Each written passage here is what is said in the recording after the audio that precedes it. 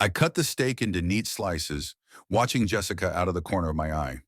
She was sitting across from me at the dining room table, holding her fork gracefully and occasionally glancing around. Her gaze wasn't idly curious, but studied. It was a professional habit that made me notice such details. "Papa Mitch," she said to me in her honeyed voice, "why don't you use the alarm so often?" I noticed that the panel at the entrance almost never blinked.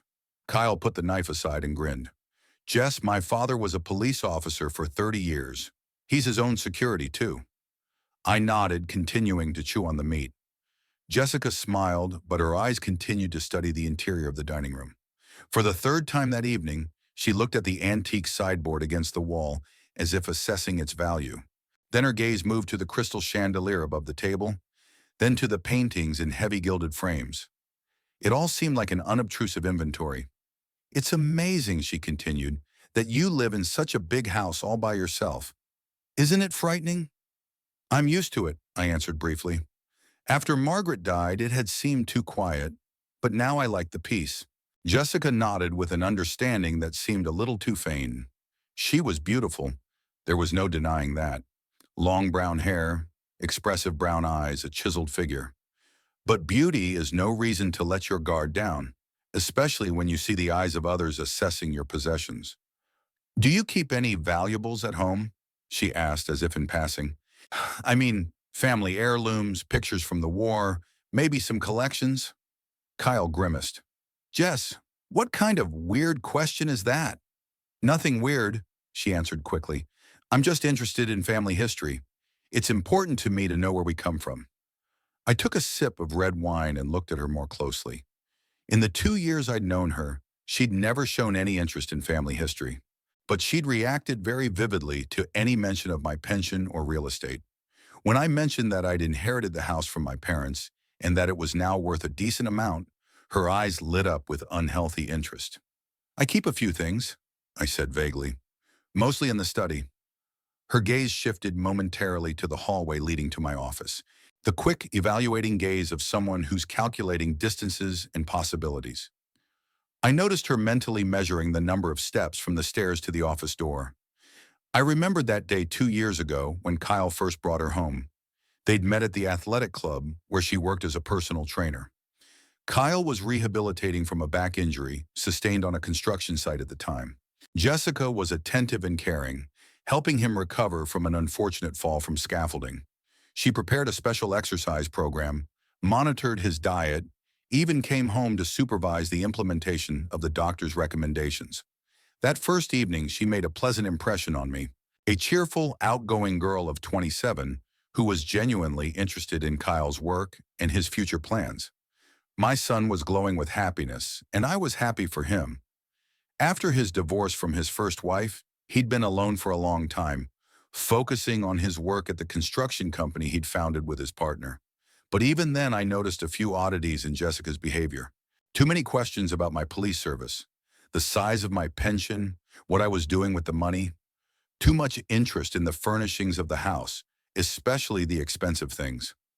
She scrutinized the antiques in the living room, asking about the provenance of paintings, wondering if I collected anything of value. "Kyle tells me you have service awards," she continued now, cutting off a bite of potato. "Center must be very valuable, and there must be medals, too. Not so much that anyone would want to steal them." I grinned. She laughed a little too loudly. "Oh, come on, Papa Mitch. I'm not talking about stealing. It's just interesting to see real police honors. My uncle was in the army, but he lost his medals when he moved." I continued eating in silence, reflecting on how little her behavior had changed in these 2 years. At first, I'd written off her curiosity as a natural desire to get to know her husband's family better, but gradually I realized that the interest was too practical. She always knew when I received my pension, inquired about my spending, hinted several times that it would be a good idea to open a joint family account. Kyle, meanwhile, was talking about his company's new project, the renovation of an old hotel in downtown Ocean City. The client had offered a substantial sum of money, and the work was to begin in a month. Jessica listened, half listening, nodding and making encouraging remarks from time to time. But I could see that her attention was focused not on her husband's words, but on the surrounding space. "What kind of safe do you have?" she asked, interrupting Kyle's monologue about building materials. A big one? There was a pause. Kyle looked at his wife in surprise, and I set my fork aside and scrutinized her face. Why do you need to know that? My son asked. Jessica blushed slightly but quickly pulled herself together. Well, we're family now. If something happened to Daddy Mitch, someone would know where the important documents were kept. A will, insurance, bank records. Makes sense. Too logical for a spontaneous question. Just a regular home safe, I answered. Nothing special. And you're the only one who knows the code, she persisted. Jess! Kyle was outraged. What kind of interrogation is this? I'm sorry, honey, she said quickly. I'm just worried. My grandfather died suddenly, and my grandmother couldn't find his will for months afterward. I don't want the same thing to happen to us. The story sounded plausible, but I remembered her stories about her family. Her grandfather had died when she was 5, and he had no will. Just a simple laborer who had rented an apartment all his life. Besides, she'd never shown any concern for my papers or will before. Where exactly is the safe? She continued. In the study. Now Kyle was getting suspicious. He looked at his wife carefully as if noticing for the first time the strangeness of her questions. Jessica, is it really that important to you? Of course I care, she said, but there was a hint of irritation in her voice. Or do you think I don't have a right to know what's going on in our family? I finished my wine and got up from the table. Thank you for dinner, children. I should get some rest. Already? Kyle wondered. It's not even 9 o'clock yet. Sunroom. Age, I shrugged. After 70, your body needs more sleep, and the blood pressure pills are like sleeping pills. That was a half-truth. I did take the pills, but they didn't make me drowsy. I just needed time to think about my sister-in-law's strange behavior and decide what to do next. Jessica escorted me with a look as I walked toward the stairs to the second floor.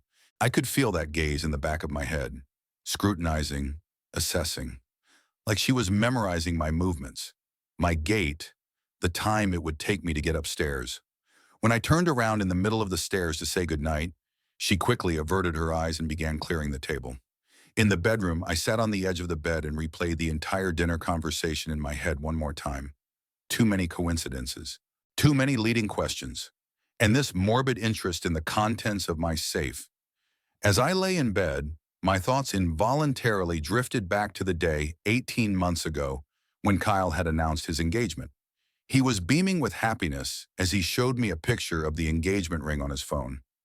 Jessica hadn't chosen the most expensive one, but it wasn't cheap either. Something in the middle, reasonable.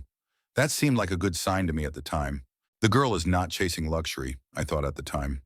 The wedding took place 6 months later in a small restaurant on the ocean. Jessica insisted on a modest ceremony, saying that she did not want to spend extra money on a lavish celebration. That's a wise stance for a young family. I even considered helping with the cost, but she absolutely refused. Daddy Mitch, we can handle it, she said as she hugged me after the ceremony. The important thing is that you've blessed our union. The guests were mostly from Kyle's side of the family, his co-workers, a few old friends, a couple of distant relatives. Only her mother and sister came from Jessica's side. She didn't have a father. He died when she was 16. Her mother worked as a department store clerk. Her sister was in college studying accounting. A simple working family. No pretensions to high status. During the banquet, Jessica was the perfect bride. She thanked the guests for their gifts, listened attentively to stories about Kyle's youth, laughed at my old police anecdotes. When one of her son's friends asked where they planned to live, she said without hesitation that they would rent a small apartment. I don't want to be a burden on Mitch's dad, she said, smiling across the table at me. He has his own life, his own habits. It seemed tactful and right to me at the time. But within a month of the wedding, things began to change. Kyle complained that rent was eating up a significant portion of the family budget. Jessica tactfully hinted that it would be wise to live in her parents' house for at least 6 months to save up for a down payment on their own place. Honey. It's a big house, Daddy Mitch, she said as she helped me wash the dishes after Sunday dinner. And you live in it all by yourself. Isn't it better to have voices in the house, laughter? Makes sense. After Margaret died, the house did seem too big and empty. I agreed to a temporary cohabitation, emphasizing that it was only until the young ones got back on their feet. Things went smoothly for the first few weeks. Jessica turned out to be a good hostess. She cooked, cleaned, and kept order. She did not interfere with my daily routine, did not impose her habits. When I watched the news in the evening or read the newspaper in the living room, she quietly went about her business. The young ones didn't throw noisy parties or play loud music. Perfect neighbors. But gradually I began to notice details that at first seemed harmless. Jessica took a keen interest in my financial affairs. When the mail came, she was always there, seemingly by accident.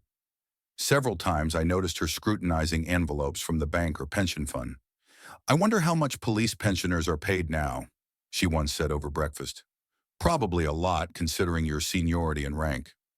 Kyle choked on his coffee. "Jess, this is none of your business." "Why wouldn't it be?" she wondered. "We're family. I'm just wondering if Daddy Mitch is getting enough to live on, if he needs our help. Tactful and considerate. But why does she need to know the size of my pension if she's offering to help?" Another time she wondered if it was hard for me to maintain such a big house. Utility bills must be pretty high, right? And the property taxes are not insignificant either. I answered evasively, but I noticed how attentively she listened to my answer. It was like she was calculating something in her mind. After a couple months of living together, Jessica began to cautiously inquire about my habits. What time I usually went to bed, when I got up, where I went in the morning. She inquired about my health, asked what medications I was taking, if I was suffering from insomnia.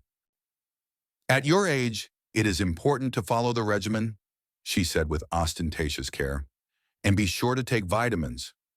I have a great complex, very helpful for stress and insomnia." I thanked but did not take vitamins. Something in her persistence was alarming. After another month, she began to show interest in the layout of the house. Under the pretext of cleaning, she studied all the rooms, including my office on the first floor. She was especially attentive to the bookshelves, the desk, the built-in cabinets. "You have such an interesting library, Papa Mitch," she said, running her finger along the spines of the books. "Lots of crime books. What are those folders on the top shelf?" "Old cases," I answered. "I've kept a few particularly interesting cases." "There must be a lot of interesting stuff in there," she said. "Perhaps you will tell me someday." But her eyes were fixed not on the case files, but on the massive safe in the corner of the office. She looked at it with an expression as if trying to guess what was inside. "What's that for?" she asked, nodding at the safe. "I'm storing documents," I answered briefly. "Valuable papers, wills, insurance policies." "Probably something else too?" she persisted. "I've heard that many police officers collect something related to their service." I shrugged, but noticed that she had memorized the make and model of the safe. A few days later, I found her in her office with a rag in her hands, supposedly dusting. But the rag was on the desk, and Jessica was scrutinizing the lock of the safe. "I'm sorry," she said when she saw me at the door. "I just wanted to clean up. Do you mind?" Of course I don't mind," I said. "Thanks for your concern." But from that day on, I started locking my office when I left the house. I explained it by the fact that there are confidential documents stored there, which should not fall into the wrong hands. Jessica took it calmly, but I noticed a slight annoyance in her eyes. Over the past few months, her interest in my finances had become even more overt. She'd hinted several times that it might be a good idea to pool family resources. "You spend money on us anyway, Papa Mitch," she said. "Buying groceries, paying the electric bill. Wouldn't it be easier to open a joint family account?" I told her I was used to handling my own finances, but I could see how that annoyed her. And recently, she's been even more insistent about my schedule. She found out that on Tuesdays and Thursdays, I go to the doctor for routine checkups. On Wednesdays, I meet with former colleagues in the Veterans Club. I found out what time I usually shower, when I read before bed, if I sleep soundly. "What if you get sick at night?" she asked with ostensible concern. "We might not hear. Our bedroom is on the second floor, and yours is upstairs but in another wing." A logical concern. But why did she ask if I was taking sleeping pills?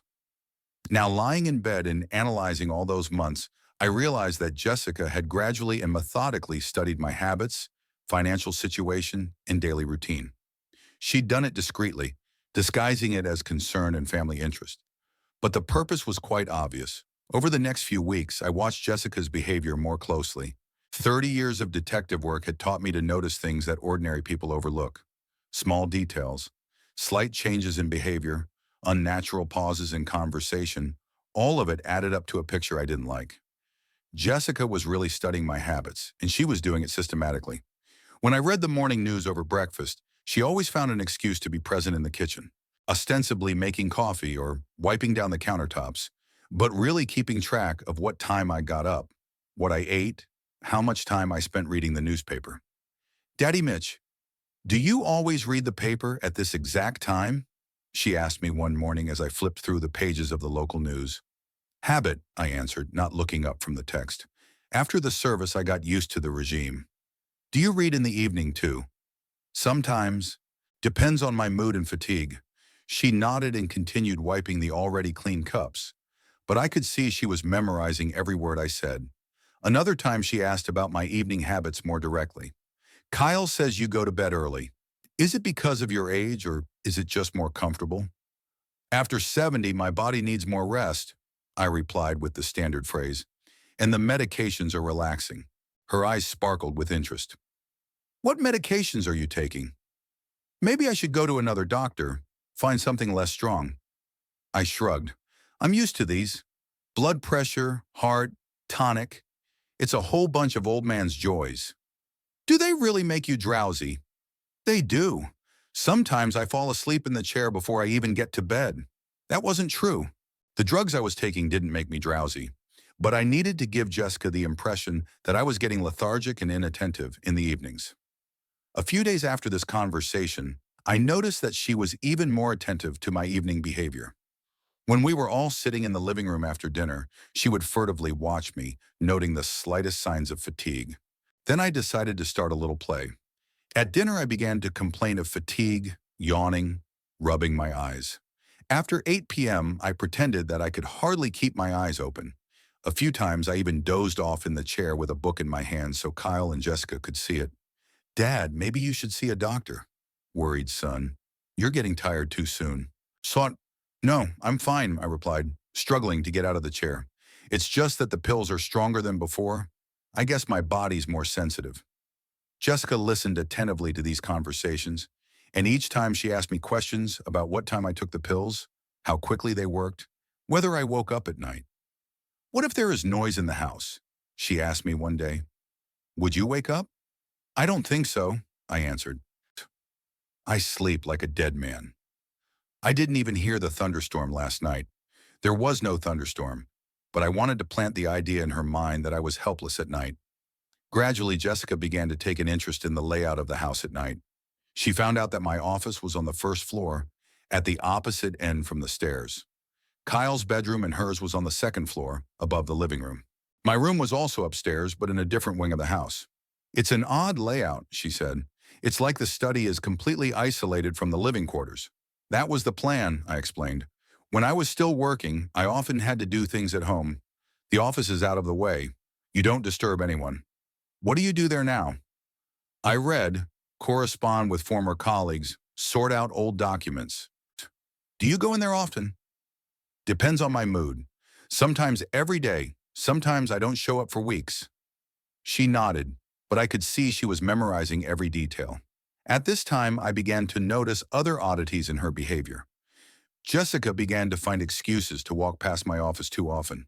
She needed to take the trash out the back door or water the flowers on the patio. Each time, she would slow her step outside the office, listening to see if I was there. One evening, I decided to test her reaction. After dinner, I announced that I was going into the study to do some paperwork. Half an hour later, I turned up the music and quietly left the study through the back door, which led directly into the garden. Walked around the house and went up to my bedroom through the main entrance. The study was clearly visible from the bedroom window. I turned out the light and watched. 10 minutes later, Jessica appeared in the first floor hallway. She slowly approached the study door, put her ear to the panel, listened. The music was still playing, giving the impression that I was inside. Jessica tried turning the doorknob, but the door was locked. Then she pulled something small and shiny out of her pocket. In the dim light of the hallway, I couldn't see for sure, but it looked like a lockpick or a thin metal tool. She fiddled with the lock for a few minutes, but to no avail. The lock was a quality, antique lock, not the kind of lock that was easy to pick. Jessica was clearly frustrated. She put her ear to the door one more time, then quietly stepped back and went upstairs. I waited another half hour, then went downstairs, turned off the music in the study, and went back to my room. This experiment had clarified a lot of things. Jessica wasn't just curious about the contents of the study, she was actively trying to get in. The next day at breakfast, I decided to give her another clue. By the way, I turned to Kyle, could you help me with a new lock for the study? The old one is starting to stick. Jessica instantly looked up from her plate. Why change it? She asked. Why don't you just grease it? No, it's all worn out. I'm going to put in an electronic one with a code lock. It'll be more reliable. Electronic? She asked, trying to hide her anxiety. But if you forget the code, I won't. I'll use a memorable date. Which one? She asked quickly. Kyle glanced at his wife. Jess, this is none of your business. I'm sorry, she mumbled. I just thought that if something happened to Daddy Mitch, someone would know the code. I grinned. Nothing's going to happen to me. And if it does, it's all spelled out in the will. After breakfast, Jessica disappeared for a few hours. She came back with some groceries from the drugstore. Daddy Mitch, I bought you some new vitamins, she said, handing me a jar of pills. They're very good, natural. They help with insomnia and calm your nerves. I took the jar and scrutinized the label. It was just the usual B vitamins, nothing suspicious. But why did she need to buy me sleeping pills when I was already complaining of drowsiness from regular medications? Thank you, dear, I said. Very thoughtful of you. I took one pill and swallowed it demonstratively with water. Jessica smiled satisfied. Second, take 2 pills before going to bed, she advised. The effect will be better. Of course it would. I took the jar to my bedroom, but I wasn't going to take the vitamins. I needed to stay alert, not become a sleeping target. That night, I made another spectacle of myself. I took the pills in front of Jessica, then sat in the living room, gradually showing more and more sleepiness, yawning, nodding my head, struggling to hold the book in my hands. I'm feeling particularly sleepy today, I muttered. The new vitamins must be working. Jessica and Kyle looked at each other. Maybe we should go straight to bed, my son suggested. I guess so, I agreed, struggling to get out of the chair. Good night, kids. I turned on the light in my room, then turned it off after 15 minutes. To the observer below, it must have looked as if I had gone to bed. In fact, I sat down in a chair by the window and waited. Around midnight, the house became completely quiet. Kyle and Jessica had apparently gone to bed too. I continued to sit in the dark, listening for every sound. The next day, I went downtown to see an old acquaintance named Kramer.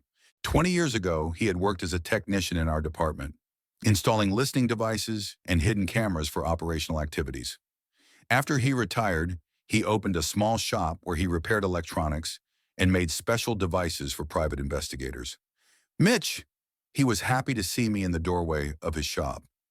How many years? How many winters? What brings the old wolf to my den? Danny Kramer was 10 years younger than I was, but he looked much worse. His gray hair was sticking out in all directions, his glasses were thick on his nose, and his hands were always stained with machine oil. But his brain worked like a Swiss watch when it came to electronics. I need your help, Dan, I said, looking around the wired and chip-laden workshop. It's a delicate matter. Are you back in action? He grinned. Awkward. Or a private investigator? Domestic problems, I answered briefly. I suspect someone is planning to rob my safe. Kramer put the soldering iron aside and looked at me carefully. Really? Can't you go to the police? There's no direct evidence yet, just suspicion. I see. What do you want? I took out a folded piece of paper with a blueprint from my pocket. I want a device that will trigger when the safe is open. It should lock the door of the room from the inside and send a signal to my phone. Kramer studied the schematic, scratched the back of his head. It's an interesting problem. Locking the door is not difficult. A simple electromagnetic lock, powered by a battery. But with a safe is more difficult. What model do you have? Old Mosler, mechanical lock, heavy door. Then you could put in a vibration sensor or a magnetic contact. When the door opens, the whole system goes off. We discussed the details. The device had to be compact, silent, and reliable. Kramer suggested using an infrared illuminated mini camera to record the face of the person who opens the safe. "Why lock the door?" he asked. "Wouldn't it be easier to just videotape the whole thing?" "I want to catch the thief red-handed," I explained, "so he can't run away and deny his guilt." Kramer nodded understandingly. "Give me 3 days. I'll put it all together in one case, set it up, and test it. How much will it cost?" "For an old friend cost price, $300. I left him a deposit and went home. Jessica met me in the hallway with a worried look on her face. "Daddy Mitch, where have you been?" "We were worried." "At the doctor's office," I lied. "A routine checkup had gotten delayed. And Kyle called your cell phone, but you didn't answer." "Sharira, my battery died," I shrugged. "I forgot to charge it this morning." She accepted the explanation, but I could tell that my answer didn't really convince her. Apparently, she'd been following my movements. That evening at dinner, Jessica returned to the subject of my health. "You look tired, Papa Mitch. Maybe I should increase my vitamins." "Not really," I replied. "I'm sleeping like a madman. I'm afraid if I take more, I won't wake up at all." Kyle laughed. "Dad, you're exaggerating. They're vitamins, not sleeping pills." "There's not much difference for an old body," I argued. "Any substance is more potent." Jessica listened attentively to our conversation. I could see that she was memorizing every word about my imaginary reaction to her vitamins. The next day I left the house again under the pretense of going to the bank. In fact, I went to a construction store where I bought several meters of thin steel cable, a mini drill, and a set of drill bits. I also bought a can of foam and black duct tape. At home, I waited for Kyle to leave for work and Jessica to head to the gym. I had about 3 hours to get the office ready. First, I scrutinized the office door. It was solid oak with heavy hinges and a solid lock. To install the electromagnetic lock, I needed to drill a small hole in the door frame and run wires to a hidden battery. I chose a spot in the top corner of the frame where the hole would be inconspicuous. I carefully drilled a hole 0.5 centimeter in diameter and threaded a thin wire through it. The other end of the wire was fixed under the baseboard and stretched to the back wall of the desk. I placed a small box under the desk where the main unit of Kramer's device would be placed. For now, I put an old cell phone there to keep my eyes away from it in case someone accidentally looked under the desk. The next step was to prepare the safe. My model had a heavy steel door that opened to the left. On the inside of the frame, I found a suitable place to mount the magnetic sensor, a small notch where it would be completely invisible. Using a mini drill, I drilled a tiny hole for the sensor wire. The wire was pulled along the back wall of the safe and led outside through the technological hole for ventilation. The exit point was masked with black duct tape to match the color of the metal. The most difficult thing was to prepare a place for the camera. It had to capture the face of the person who would open the safe, but at the same time remain invisible. I chose a position on the bookshelf opposite the safe, between two thick volumes of forensic science. I carefully cut a small hole in the spine of one book for the camera lens. Inside the book, he hollowed out a hollow for the device itself. The wire from the camera ran along the back of the bookshelf to the same control box under the desk. The job took longer than I'd hoped. I'd barely had time to put away my tools and cover the drill marks when the front door opened. "Daddy Mitch!" Jessica's voice came from the hallway. "Are you home?" "In the study," I replied, quickly shoving the drill into my desk drawer. She appeared in the doorway, shopping in hand. "How's it going? What have you been doing?" "Chefhorn." "I've been sorting through old documents," I said, pointing to the folders spread across the desk. "I decided to clean up the archives." Jessica looked around the office with an attentive gaze. I held my breath, afraid that she'd see traces of my work, but everything was tidy enough. "Would you like to help me with dinner?" she offered. "I bought a beautiful fish, and I'll try to cook it according to a new recipe." "Sure," I agreed, getting up from the table. "And on. I'll just finish up here and come back." She nodded and left, but I noticed that she took one more careful look around the room before she left. 2 days later, Kramer called to say that the device was ready. I visited him in the evening, when the workshop was already closed. "It's pretty good," he said, showing me a compact black box about the size of a pack of cigarettes. "All the functions work: the sensor on the safe, the door lock, the camera, the signal to the phone." He explained to me in detail how to connect the system and how to use it. The main unit was powered by a lithium battery that would last a month of continuous use. The signal to my phone was transmitted through a mini transmitter with a range of up to half a kilometer. What if someone accidentally hit the sensor on the safe? I asked. I've got that covered, Kramer grinned. There's a 30-second delay. If the safe doesn't open fully within that time, the system shuts down, so an accidental touch won't activate anything. Clever. I thanked my old friend and went home with the precious box. At home, I waited until everyone had gone to bed and went down to the study. Working by the light of a small flashlight, I installed all the components of the system in the prearranged places. I fixed the magnetic sensor in a recess in the frame of the safe, carefully masking it with black putty. I pulled the wire along the already prepared route to the main unit under the desk. I placed the camera in a hollowed-out book on the shelf. It was completely invisible in the dark, but it had an excellent view of the entire area in front of the safe.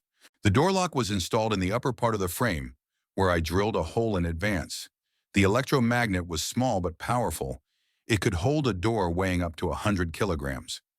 I placed the main control unit under the table in a prepared box. All the wires were carefully hidden under the baseboards and behind the furniture. The last step was to set up the mobile app. Kramer wrote a simple program that received signals from the device and sent me notifications. I installed it on my phone and checked the operation. Everything functioned perfectly. When I opened the safe, the system waited 30 seconds, then locked the door and started recording. At the same time, a message with the coordinates and time of triggering came to my phone. Now all I had to do was wait. Jessica was obviously preparing for active actions. It remained to be seen when she would decide to take them. Having set the trap, I waited for the events to unfold. Jessica was clearly preparing for something, but for now she was limited to studying my habits and daily routine. Each evening, I continued my play with vitamins in demonstration of increasing drowsiness from their effect. "These pills work wonders," I said at dinner, rubbing my eyes.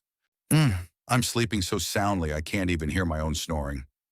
Kyle laughed at my complaints and Jessica listened intently to every word. Her eyes sparkled with interest when I told her how deeply I slept on her vitamins. "What if something happened in the house?" she asked one evening. "A fire or a break-in?" "I couldn't hear," I said honestly. "I'll have to count on you young people." "It's not very safe," she said. "Maybe we could put an additional alarm in your bedroom." "Why?" I shrugged. "There's hardly any crime in Ocean City, and a fire? What goes around, comes around." Jessica nodded, but I could see she was satisfied with my answer. The more nonchalant I looked, the more confident she felt. A week after setting the trap, the first interesting thing happened. On Wednesday night, as we were all sitting in the living room, Jessica suddenly remembered that she had forgotten to buy milk. "I'll make a quick trip to the store," she said, getting up from the couch. "Kyle, will you come with me?" "Come on, we'll get it tomorrow," he said. The match had just started. There was a soccer game on TV, and Kyle didn't want to miss it. Jessica insisted for a few more minutes, but to no avail. Then she sat back down. But I noticed the slight irritation on her face. Around 9 p.m., I took my vitamins in front of everyone as usual and announced that I was going to bed. "Good night, kids," I said, kissing Kyle on the top of his head. "Don't bother the old man until morning." I went up to my room and turned on the light for 15 minutes, then turned it off. But I didn't go to bed. Instead, I sat in a chair by the window and waited. My instinct told me that something important might happen today. Around 11, the house was quiet. Kyle and Jessica had gone to bed. I continued to sit in the dark, listening for every sound. At 12:30, I heard the quiet creaking of floorboards on the stairs. Someone was cautiously coming downstairs, trying not to make any noise. The sounds were approaching the first floor. I quietly got up from my chair and walked over to the window. The bedroom overlooked the back of the house where the study windows were located. The moon was almost full, and the yard was lit well enough. A few minutes later, I saw a shadow slip along the wall of the house. A figure in dark clothing was slowly approaching the study windows. It was too dark to make out a face, but I could tell from the silhouette that it was Jessica. She approached the office window and carefully peered inside. The room was dark, no one was there. Jessica stood at the window for a few minutes, apparently listening for sounds from the house. Then she went to the back door, which led from the study directly into the garden. She tried the handle and the door was locked. She took something small out of her pocket and fiddled with the lock. The lock on the back door was simple, not like the one on the main entrance to the study. After 5 minutes, Jessica had gotten it right. The door opened quietly and she slipped inside. I held my breath. The trap had only been set on the safe, not the entrance to the office. But I was curious to see exactly what she was going to do. From my bedroom window, I couldn't see what was going on inside the study. But I envisioned a picture of Jessica carefully making her way to the safe in the dark, careful not to snag the furniture or make any noise. About 20 minutes passed. Then the back door of the office opened again, and Jessica stepped outside. She carefully locked the door and just as carefully headed back toward the house. I quickly went back to my chair and pretended to sleep. A few minutes later, I heard quiet footsteps on the stairs. Jessica was going upstairs to her room. In the morning at breakfast, she looked as usual. No sign of a sleepless night or nervousness. She drank her coffee calmly, discussed the day's plans with Kyle, and inquired about my well-being. "How'd you sleep, Daddy Mitch?" she asked with ostentatious concern. "Great," I said. "I slept like a dead man until morning." "That's good. That means the vitamins are really working." Kyle went to work, and I decided to check out the office. Jessica was busy cleaning the second floor at the time. Everything looked normal in the office, but I noticed a few small details. The books on one of the shelves stood a little differently. The desk handle was turned slightly to the right, though I always left it strictly upright. Most importantly, the lock on the safe bore the marks of attempted forced entry. The scratches were barely noticeable, but to an experienced detective's eye, they spoke volumes. Jessica tried to open the safe, but to no avail. Mosler's old mechanical lock was beyond her. I smiled to myself. So last night had been reconnaissance. Jessica had been checking to see if I was a sound sleeper, and at the same time exploring ways to break into the safe. Once she was convinced that she couldn't open it with simple tools, she'd probably start looking for other ways. In the evening of the same day, a revealing dialogue took place. Over dinner, Jessica asked casually, "Daddy Mitch, did you happen to write down the code to the safe somewhere? Just in case?" Kyle choked on his soup. "Jess, you're doing it again.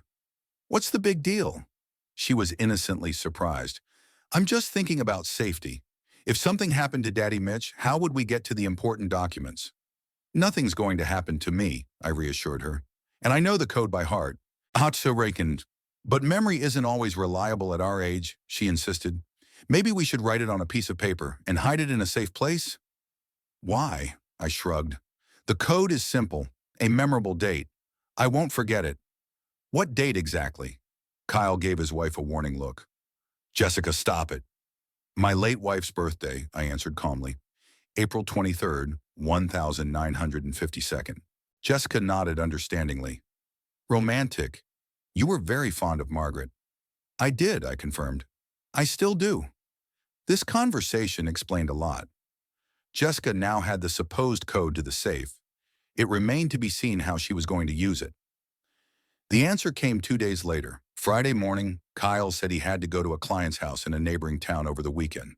"So, they want to discuss the details of a new project," he explained. "He might have to stay overnight." "Go," I approved. "Work is more important." "Why don't I come with you?" Jessica suggested. I hadn't been on a trip in a while. Kyle was surprised. "You'd be bored. I'd spend all day discussing construction plans." "It's okay. I'll walk around town, go shopping." But an hour later, she suddenly changed her mind. "You know what, darling? Go alone," she said. "I don't want to leave Mitch's dad alone all weekend. What if he gets sick or something happens?" Kyle was touched by his wife's concern for my health. "You're right," he agreed. "Dad, Jess will watch you." "Thank you, honey," I said to Jessica. "That's very thoughtful of you." She smiled, but I saw a different expression in her eyes. Cold, calculating. The expression of a hunter who'd cornered his prey. Kyle left Saturday morning. All day Jessica was emphatically caring. Cooked my favorite lunch, brought me the latest newspapers, asked how I was feeling. The perfect daughter-in-law. But I saw how she glanced at her watch from time to time, how she nervously rubbed the edge of her napkin with her fingers, how often she found excuses to pass by the office.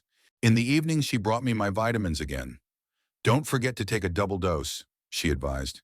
"You can afford a good night's sleep on the weekend." I obediently swallowed the pills and went to bed an hour later. But before that, I went into the office and activated the alarm system. Now any tampering with the safe would set off the trap. Going up to my room, I turned on the light for the usual 15 minutes, then turned it off.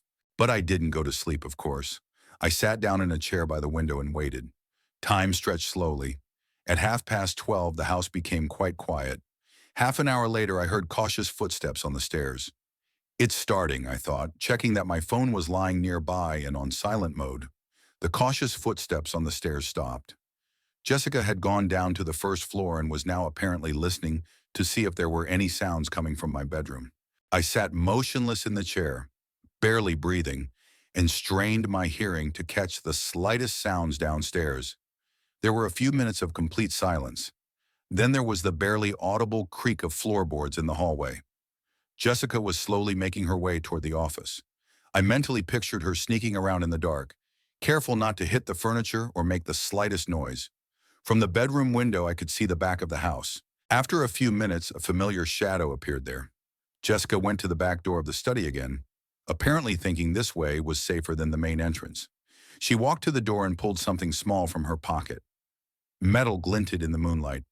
Lock picks or thin tools for opening locks. Jessica had obviously prepared for this operation in advance, perhaps even bought special implements. The lock on the back door was simple, and she'd gotten through it faster than last time. The door opened noiselessly, and my sister-in-law slipped inside the study.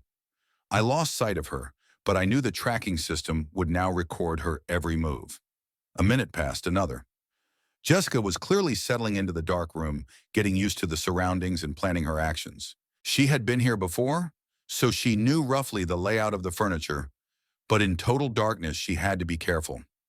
I imagined her slowly making her way between the bookshelves to the corner where the safe stood. The hidden camera was probably already on and recording her every move, though the video might not be very good in the dark. But the infrared illumination should provide enough visibility for identification. Time dragged agonizingly slow. I sat in the chair, listening to the silence of the night and waiting for a signal on my phone. I counted the seconds in my mind, trying to understand what exactly was going on in the office. Finally, I heard a quiet metallic sound. Jessica had gotten to the safe and started working on the lock. The sounds were barely audible even in the silence of the night. She was proceeding very carefully. Mosler's old mechanical lock had a code wheel with numbers from 0 to 99. To open it, the correct combination had to be dialed in sequence.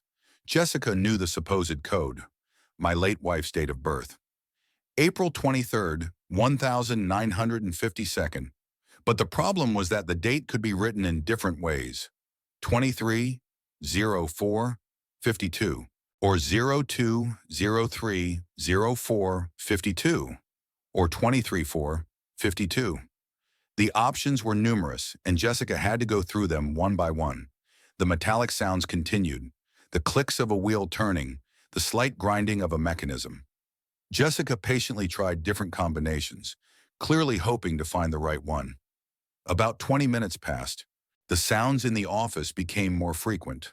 Apparently, Jessica was getting nervous and quickening her pace. She realized she didn't have much time and was in a hurry to finish the job before dawn. Suddenly, the metallic sound stopped. There was complete silence. Then there was a quiet but distinctive click, the distinctive sound of a safe lock opening. My heart sped up. Jessica had mastered the code. Now she was opening the heavy steel door of the safe, and in a few seconds, the trap would be triggered. I grabbed my phone and prepared to receive the alarm. The system was set for a 30-second delay after the sensor on the safe was triggered. That was enough time for Jessica to fully open the door and peek inside. The seconds stretched like hours. 15, 20, 25. The phone vibrated in my hand. A message appeared on the screen. Alert. System activated. Time, 2 hours and 37 minutes. It worked. The office door was now locked from the inside, the camera was recording, and Jessica was trapped. But I was in no hurry to go downstairs. I needed to give her time to realize what had happened and try to get out. More sounds came from the office. First, silence. Apparently, Jessica was studying the contents of the safe. Then a soft thud. She was trying to close the safe door. Then a louder knock, clearly from the office door. Jessica tried to get out and found that the door wouldn't open. At first, she must have thought the lock was jammed. The sounds became more intense. She was trying to open the door by force. I imagined her panic. A few minutes ago, she'd felt like the master of the situation. She'd quietly snuck into the office, cracked the safe, gained access to other people's secrets. Now she was trapped in a dark room with no way out. The knocking got even louder. Jessica was obviously trying to break down the door, or at least attract attention. But the study was at the far end of the house, and its walls were thick. Besides, she couldn't yell too loudly. It would mean a full confession of guilt. I waited a few more minutes, savoring her confusion, then got up from the chair and headed for the bedroom exit. It was time to go downstairs and have a personal interaction with the captured thief. As I walked down the stairs, I turned on the hallway light. Now I didn't have to hide the fact that I was awake. I approached the office door and stopped, listening to the sounds inside. The knocking had stopped. Jessica must have heard my footsteps and realized she was caught. Now she was standing outside the door, wondering what to do next. Pretend to be asleep? Try to lie? Or should I just go straight to the explanation? I went to the bookshelf next to the window and pressed a hidden button behind one of the volumes. It was a secret mechanism that opened a secret door in the wall. I'd installed it years ago when I'd planned the study, but I hadn't told anyone of its existence. A narrow panel in the wall slid silently aside, revealing a passage about a meter wide. Behind it was a small corridor that led into the office through a hidden entrance behind a bookcase. I'd made the secret passage for emergencies, if the main entrance to the office was blocked, or if I wanted to get in unnoticed. Right now, it was perfect for my purposes. I squeezed into the narrow corridor and slowly made my way toward the office. I had to move by feel in the total darkness, but I knew the way by heart. After a few meters, I reached the second hidden panel that led to the office.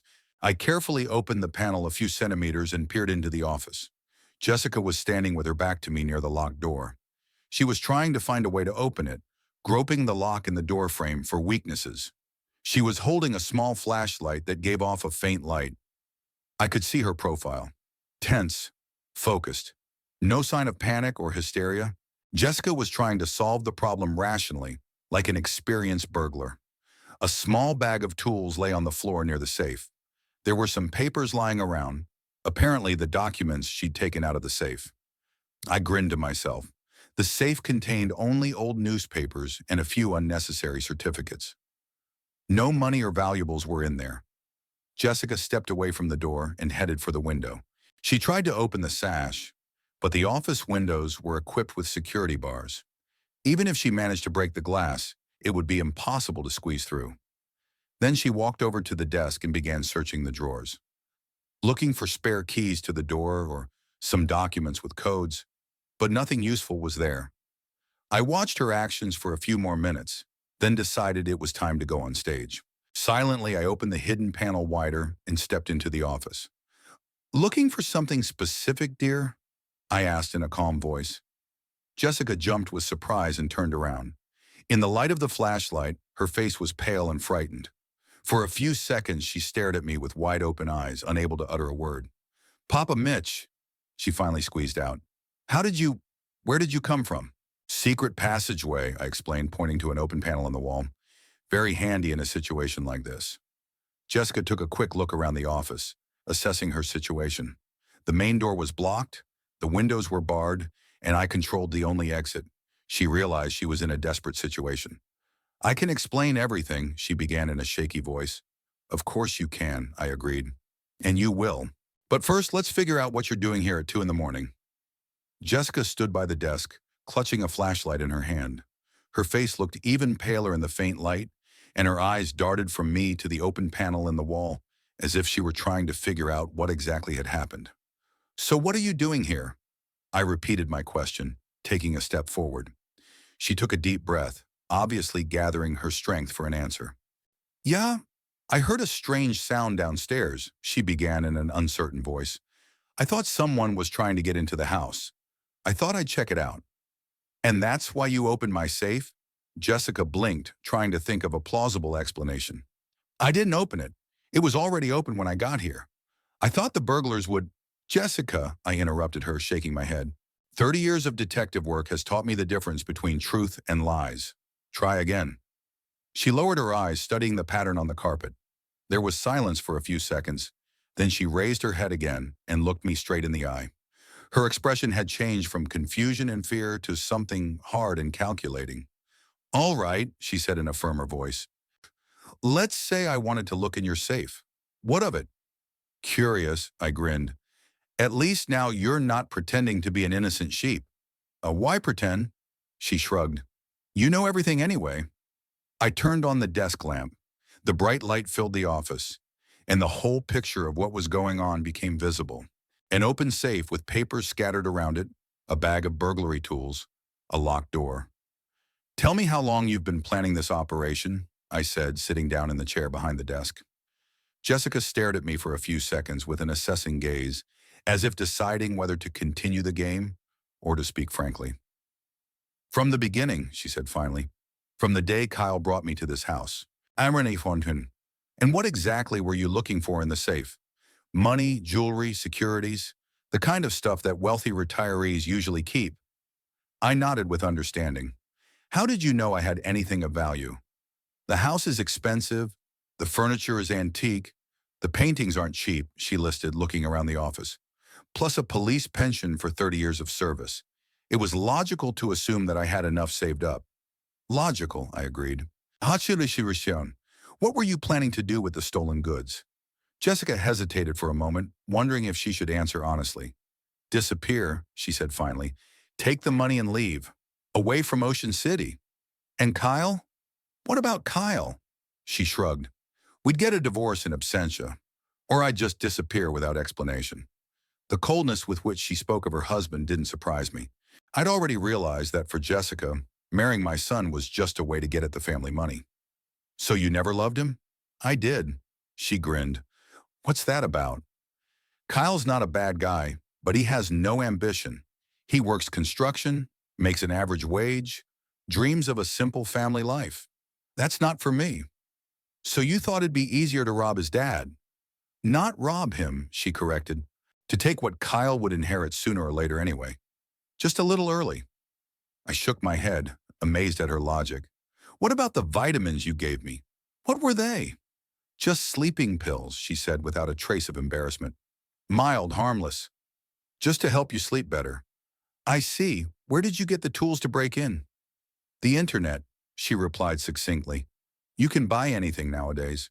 I got up from my chair and walked over to the safe. The documents scattered around it were really of no value. Old certificates, utility receipts, a couple of unnecessary letters. What do you think of my treasures? I asked ironically. Jessica cast a disgruntled glance at the papers. Where's the real money? Bank records, stocks, bonds. Who says you have any? Samanon. You can't have nothing at all, she argued. This house is worth at least $500,000, plus antiques, plus retirement savings.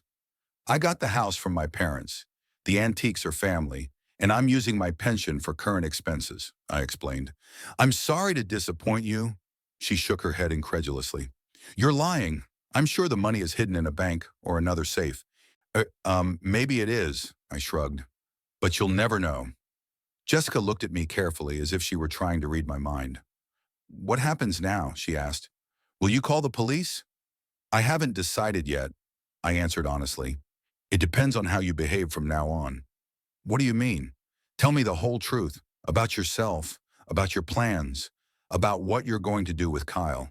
Jessica thought for a moment, staring out the window. It was starting to get light outside the window. It wouldn't be more than an hour until morning. My name isn't Jessica Morris, she began abruptly. My real name is Jennifer Collins.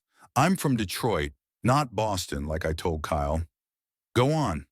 I'm 29 years old, not 27. I didn't work as a trainer at the gym. It was a part-time job. I specialize in wealthy single men. A con artist, in other words. You can call it that if you want, she agreed.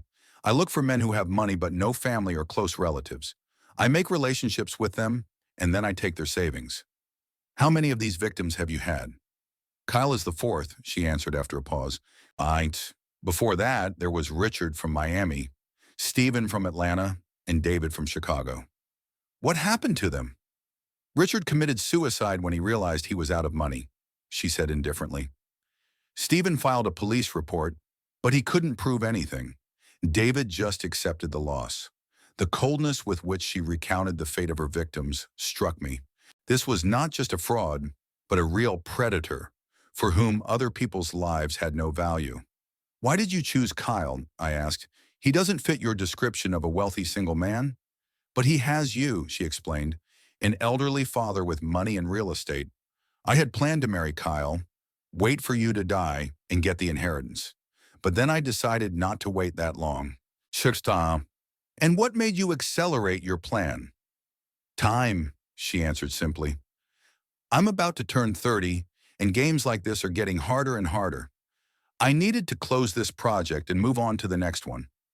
I scrutinized her face in the light of the desk lamp. A beautiful young woman who could have had an honest life, a job, a real relationship, but instead chose the path of deceit and fraud. Shuriken. And what were you planning on telling Kyle if the robbery had succeeded? Nothing much. I'd find the break-in in the morning, call the cops, act shocked. Kyle would never suspect me. Maybe, I agreed. He really trusts you. He does, she confirmed with a touch of disdain. Just like everyone else, men are remarkably naive when it comes to beautiful women. Not all of them, I argued. Some can think. Jessica looked at me carefully. Yes, you're smarter than I expected. When did you realize my intentions? Pretty much from the beginning, I admitted. Too many questions about money, too much interest in my habits. To an experienced detective, these were clear signs of preparation for a crime. Then why didn't you stop me sooner? I wanted to catch you red-handed, I explained, so you wouldn't have a chance to deny it. Jessica nodded understandingly. Smart. And this trap with the locked door was your idea too? Yes, especially for you. She grinned, but without much anger. I have to hand it to you. The plan was well thought out. I fell for it like a rookie. The dawn was getting brighter, and the morning light was already streaming in through the study windows. Soon the whole house would be awake, and it would be necessary to decide what to do with the captured rogue. At 7:30 in the morning, I heard the sound of the front door opening. Kyle had returned earlier than planned. Apparently, the meeting with his client had ended sooner than expected, and he decided not to spend the night in a foreign city. Kyle. Dad! Jess! Came his voice from the hallway. I'm home! Jessica flinched and looked at me fearfully. She'd been pretty calm up to that point, but her husband's appearance had clearly thrown her off balance. It was one thing to explain herself to me, and quite another to look into the eyes of the man she'd been deceiving for 2 years. What are we going to tell him? She whispered. The truth, I answered briefly. It was time to end this play. Kyle's footsteps sounded on the stairs. He was going up to the second floor to wake his wife and tell her about his trip. After a few minutes, he would find that she wasn't in the bedroom and would start searching around the house. Kyle, I shouted, we're here in the study. The footsteps stopped, then turned and headed toward the first floor. I could hear the bewilderment in my son's voice as he called back. In the study? This early? What are you doing there? I'll explain, I said. Just come down here. Jessica fidgeted nervously with the hem of her nightgown and cast pleading glances in my direction. But I was adamant. Kyle had to know the truth about his wife, no matter how painful it was. The sound of footsteps approached the study. Kyle tried the door and found it locked. Dad, the door's locked, he said, tugging on the knob. What's going on? Wait a minute, I replied, walking over to the hidden locking control panel. I'll open it. I pressed the button to disengage the electromagnetic lock. There was a soft click, and the door slid open. Kyle immediately swung it open and stepped into the office. The first thing he saw was me, standing by the desk in my homemade clothes. Then his gaze shifted to Jessica, who was standing by the open safe in her nightgown with a bag of tools at her feet. Scattered papers lay scattered on the floor, and a flashlight lay on the desk. Kyle silently shifted his gaze from me to his wife and back again for a few seconds, trying to figure out what was going on. Jess, he finally said, confused, what are you doing here? Jessica opened her mouth but couldn't get a word out. All her confidence and composure evaporated at the sight of her husband. Your wife tried to rob my safe, I explained calmly. Kyle laughed a short, nervous laugh. Dad, this is some kind of stupid joke. Jess can't. I can, Jessica interrupted him quietly. I can, and I've tried. His son stopped half speaking and stared at her wide-eyed. What did you say? I said your father was right, she repeated in a firmer voice. I tried to open the safe and steal what was in it. Kyle shook his head as if trying to chase away a bad dream. But why? Why would you want to do that? If you wanted money, you could have asked for— Not money, Kyle, Jessica interrupted him. Everything. Everything your family has. I don't understand. I decided to step in and explain the situation to my son. Sit down, Kyle, I said, pointing to the chair. This is going to be a long conversation. He mechanically lowered himself into the chair, keeping his eyes on his wife. Jessica isn't who she says she is, I began. Her real name is Jennifer Collins. She's from Detroit. She's 29 years old and she's a professional con artist. What? Kyle exhaled. She specializes in men with money, I continued. Before you, she had 3 other victims. Richard, Stephen, and David. All of them she had defrauded and robbed. Kyle turned to his wife. Jess, tell me it's not true. It is true, she replied quietly, not looking up. But why? Why did you choose me? Because you have a father with money and real estate, Jessica explained. I'd planned to marry you, wait for Daddy Mitch to die, and inherit. But then I decided not to wait that long. Kyle's face paled. So, you never loved me? Love is a luxury I can't afford, she replied with a bitter chuckle. What about everything else? Our acquaintance, our wedding, our plans for the future? It was all an act, Jessica admitted. You're a good man, Kyle, but you're not what I need. Kyle was silent for a few minutes, digesting what he'd heard. I could see something important dying in his eyes. Trust, faith in people, the ability to truly love. How long had you been planning this deception? He finally asked. Since day one, she answered honestly. When I saw you at the gym, I knew right away you were the right guy. Right for what? For my goals. You're single, kind, trusting. You have a father with money. It's a perfect combination. And you never once thought about hurting me? Jessica raised her eyes and looked at him. I did, but that doesn't change the case. I can't afford to get sentimental. Kyle got up from his chair and walked over to the window. He stood with his back to us, looking out into the yard. His shoulders shook slightly, whether from anger or grief, I couldn't tell. What would have happened if you had managed to rob the safe? He asked without turning around. I'd disappear, Jessica answered. I'd take the money and leave town. You'd never see me again. Just like that? No explanation? Just like that. Kyle turned to us. What if Dad had died a natural death? Would you have disappeared after the funeral too? Maybe, or stay for a while so as not to arouse suspicion. I see, Kyle said in a low voice. So the whole 2 years were a lie. Not all of it, Jessica countered. There were some moments that were genuine. Which ones, she wondered. When you were sick from your back injury, I really felt sorry for you. You seemed so helpless and alone. Pity? Kyle grinned. The perfect foundation for a marriage. Kyle, shut up, he interrupted sharply. No more lies. I watched the scene with a heavy heart. My son was going through one of the most painful moments of his life, the shattering of all illusions of love and trust. But it was better to know the truth now than to continue living in deception. Dad, Kyle turned to me, how long did you know? I suspected it almost from the beginning, I admitted. There were too many oddities in her behavior, but it wasn't until the last few weeks that I was finally convinced. Why didn't you tell me? Norm. You wouldn't have believed me, I answered honestly. People in love don't heed warnings. I needed irrefutable proof. Kyle nodded understandingly. You're right. I would have assumed you were just jealous or didn't want to let me out of the house. He turned to Jessica again. So what now? What do you plan to do?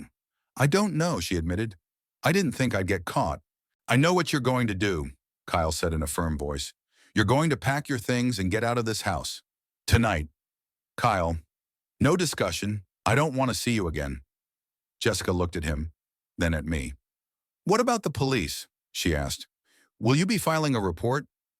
I looked at my son. This was something we had to decide together. I don't know yet, I said. It depends on how you behave. What do you mean? Leave town and don't show up again, I explained. And don't cheat anyone else. Get an honest job. Jessica grinned bitterly. An honest job? At 29? With no education or experience? That's easy to say. That's your problem, Kyle said coldly. You should have thought of that earlier. There was a heavy silence. The morning sun shone brightly into the office, illuminating the whole picture of a broken family and a defeated con artist. The silence dragged on, growing more and more heavy. Jessica stood by the safe, occasionally glancing at Kyle and me, as if trying to find a way to turn the situation in her favor. Finally, she took a deep breath and stepped forward. Look, she began, addressing both of us at once. I realize what I did was wrong, but let's try to find a reasonable solution. Kyle looked at her incredulously. What kind of solution? I'm willing to make it up to you, Jessica continued. I'll give back everything I would have taken from the safe. I'll work. I'll pay off my debt. You didn't take anything, I interrupted her. There was no money in the safe. Then what's the problem? She was quick to pick up on it. No one was robbed. No one was hurt. Just a botched attempt. Kyle shook his head in bewilderment. Jess, do you seriously think it's just about the money? What else is it about? She was genuinely surprised. Trust, love, 2 years of lies. Jessica shrugged. We can't change the past, but we can build the future differently. What kind of future? I asked. You said you were planning to disappear with the money. I was, she agreed. But now the situation has changed. We can start over. Start over what? Kyle was outraged. Our marriage was based on deception. Many marriages are based on different things, Jessica argued. Money, status, convenience. Love isn't the only reason to be together. I watched her carefully, trying to figure out if she really believed what she was saying or if she was just trying to find a way out of a hopeless situation. Most likely the latter. A professional con artist doesn't give up after the first failure. Jessica, I said calmly, you don't understand the problem. It's not about the money or the failed attempted theft. It's that you lied for 2 years to a man who trusted you. All people lie, she countered. It's just that some do it for survival and others do it for convenience. Maybe, I agreed. Sorry. But there's a difference between a small lie and a complete deception of a person's entire life. Jessica was silent for a few seconds, pondering my words. Then she tried a different approach. Daddy Mitch, you're a reasonable man, she said to me. Think practically. If I leave, Kyle will be alone. He's 32 years old now, and finding a new wife won't be easy. Thank you for caring about my future, Kyle said wryly. I'm serious, she insisted. We could make a deal. I stay here, run the household, take care of the house. In return, I get a roof over my head and security. A business marriage, in other words, I clarified. Why not? She shrugged. A lot of people live like that. Kyle got up from his chair and walked to the window. Jess, do you even hear what you're saying? Are you suggesting I live with a woman who doesn't love me and just tried to rob my father? Love can be developed, she argued, and past mistakes can be corrected. What mistakes? Kyle exploded. You spent 2 years playing a role. Every day, every hour, you lied to my face. Not every hour, she corrected quietly. What difference does it make? Kyle turned to her. You didn't marry me for love. You married me for money. You studied my father's habits so you could rob him. You gave him sleeping pills to make him sleep better. And now you're suggesting we forget about that and move on with our lives? Jessica looked at him carefully, as if trying to assess whether she had any chance of convincing him. What would a divorce do for you? She asked. You'll be alone regretting the time you wasted. And I know you, Kyle. You're not the type to find new relationships easily. Sheku, that's my problem, he said coldly. Maybe we should try to fix what we have. I decided to intervene in the conversation. Jessica, you're missing the point, I said. Trust can't be rebuilt with a simple solution. Kyle will never be able to trust you again. Why not? She wondered. People change. You haven't changed, I countered. Even now you're trying to find a way to stay, to get to our money. Only now you're offering a fair deal instead of stealing. There's nothing wrong with a fair deal. Not if both parties are truly honest, I agreed. But you weren't, and you won't be. Jessica frowned. How do you know that? Because I've spent 30 years studying people, I explained. Cheaters don't change.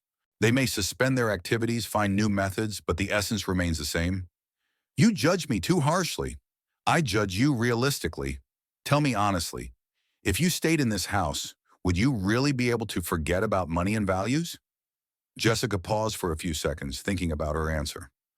I don't know, she finally admitted. Probably not. You see, at least you're honest about that.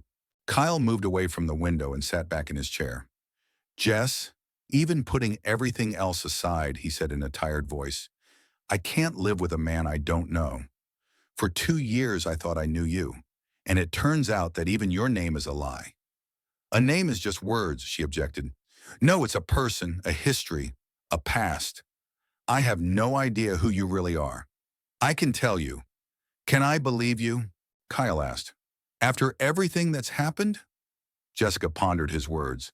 For the first time all morning, she looked genuinely confused. Apparently, she was still hoping to find a way to stay, but she was realizing the hopelessness of the situation.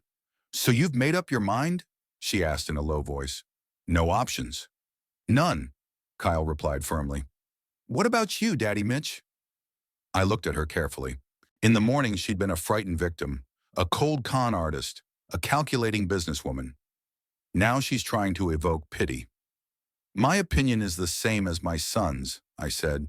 You need to leave. All right, she nodded after a pause. Let's say I agree to go. But where to? I don't have the money to move. That's your problem, Kyle replied. I'll give you some travel money, I offered. Akon enough to get to any city in the country. That's it? Jessica wondered. After 2 years of marriage. What else? Kyle shrugged. Alimony? Property division? Why not? We're legally married. A marriage entered into under a false name, and for fraudulent purposes, I said, can be declared null and void. Jessica grimaced. That would still have to be proven. With the videotape of your attempted theft, that shouldn't be hard. She fell silent, contemplating her position. All the trump cards were on our side, and she realized it.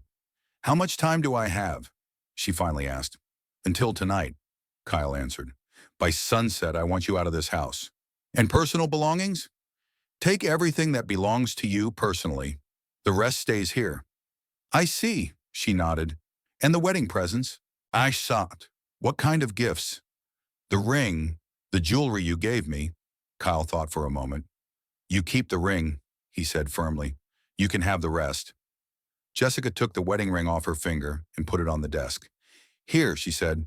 I don't owe you anything more. Except an apology, I said. For what exactly? She wondered. For trying to survive in any way I could? Sorry, for ruining a good man's life. Jessica looked at Kyle. I'm sorry, she said without much expression. I didn't mean to hurt you. Thank you, he replied dryly. That was very comforting. There was a pause. All the important things had been said, the decisions made. Only the technical details remained. I'm going to go pack, Jessica said, heading for the door. Wait, I stopped her. One more question. She turned around. I'm listening. How are you going to live your life? Are you going to continue to deceive people? Jessica hesitated, looking down at the floor. I don't know, she answered honestly. It's the only thing I know how to do. There are other things you can learn. At 29, I doubt it. It's never too late to start an honest life. She grinned. Beautiful words, Papa Mitch. But honesty is a luxury for those who have a choice. With those words, she walked out of the office, leaving us to deal with the aftermath of the morning's discovery. After Jessica left, Kyle and I were left alone in the office. My son sat in his chair, staring at one point, while I cleaned up the aftermath of the night's incident. I gathered up the scattered documents, closed the safe, and put the burglary tools in a plastic bag in case they were needed as evidence. Dad, Kyle finally broke the silence. Did you really know from the beginning? I suspected, I clarified, sitting down across from him. Too many weird things. But I'd only been sure for the last few weeks. Why didn't you tell me? His voice sounded more tired than reproachful. You wouldn't have believed it. A man in love doesn't hear warnings about the woman he loves. Kyle nodded understandingly. Yeah, you're probably right. I'd think you were just jealous or didn't want to share a house with someone else. Exactly. That's why I had to wait for her to give herself away. How long had you been planning this trap with the locked door? A couple weeks, I answered. When I realized Jessica was studying my daily routine and wondering about the contents of the safe. My son was silent, digesting the information. So she'd been playing the role of the perfect wife for 2 years? She was. I didn't even realize it, Kyle grinned bitterly. I thought I'd been lucky to meet a woman like her. She's a professional, I said. People like that are hard to spot without specialized knowledge. It hurts, Dad. 2 years of my life wasted. Not wasted, I countered. You learned a lesson. Painful, but useful. There were noises coming from the bedroom upstairs Jessica was packing. Occasionally something fell to the floor. Footsteps could be heard across the room. What now? Kyle asked. Divorce? Of course, and the sooner the better. She could ask for alimony or property division. She'll try, I agreed. But we have videotape of her attempted theft. Plus, we can prove that the marriage was entered into under a false name for fraudulent purposes. A videotape? Kyle was surprised. When a hidden camera recorded her every move in the office. Perfect evidence for the court. The sounds upstairs stopped. A few minutes later, Jessica came downstairs with 2 suitcases. She had changed into her traveling clothes and looked ready to leave. I've packed all my things, she announced, peering into the study. You can check it out if you want. I don't need to, Kyle replied without looking up. I need money for the trip, she reminded me. I pulled my wallet out of my pocket and counted the cash. It came to $400. That's enough to get to any city, I said, handing her the bills. Jessica took the money and slipped it into her pocket. Thank you. What about my papers? Passport? Marriage license? We'll get the divorce through a lawyer, Kyle said. The papers will be in the mail. Where exactly will they be mailed? She asked. I don't have a permanent address. That's your problem. Jessica nodded and headed for the exit. She turned around at the door. Kyle, I'm really sorry about what happened. Yeah, I remember, he replied dryly. You already apologized. Not for stealing, for not being able to really love you. Thank you, he said in the same tone. That was very comforting. Jessica sighed and left the house. A few minutes later, we heard the sound of a cab pulling away. Kyle got up from his chair and walked over to the window. He watched the car disappear around the corner. That's it, he said. She's gone. Yeah, I agreed. And thank God. You know what's weird? Kyle turned to me. I don't feel any relief, just emptiness. That's normal. It takes time to process what happened. Do you have any regrets about how it ended? I thought about his question. I felt sorry for my son. He was going through a painful breakup with the woman he thought he loved. But I couldn't regret that we'd gotten rid of the con artist. No, I answered honestly. I don't. It's better to know the truth now than in a few years. You're probably right, Kyle agreed. But it still hurt. It'll pass, I assured him. You're young. You'll find another woman.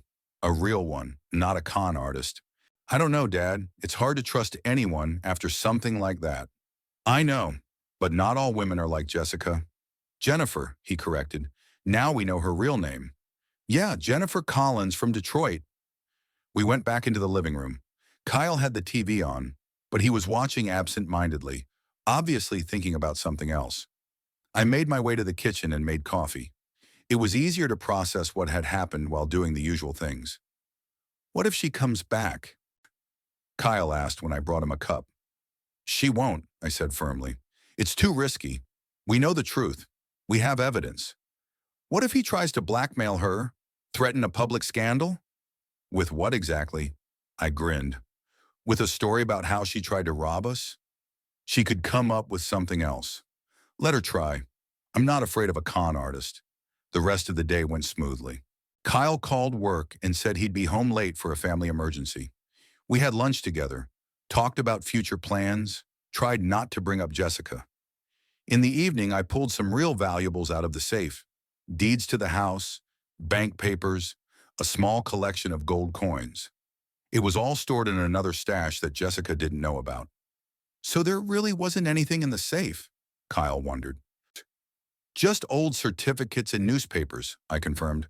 The real valuables were hidden somewhere else. What if she had found it? She wouldn't. I'm the only one who knows the stash.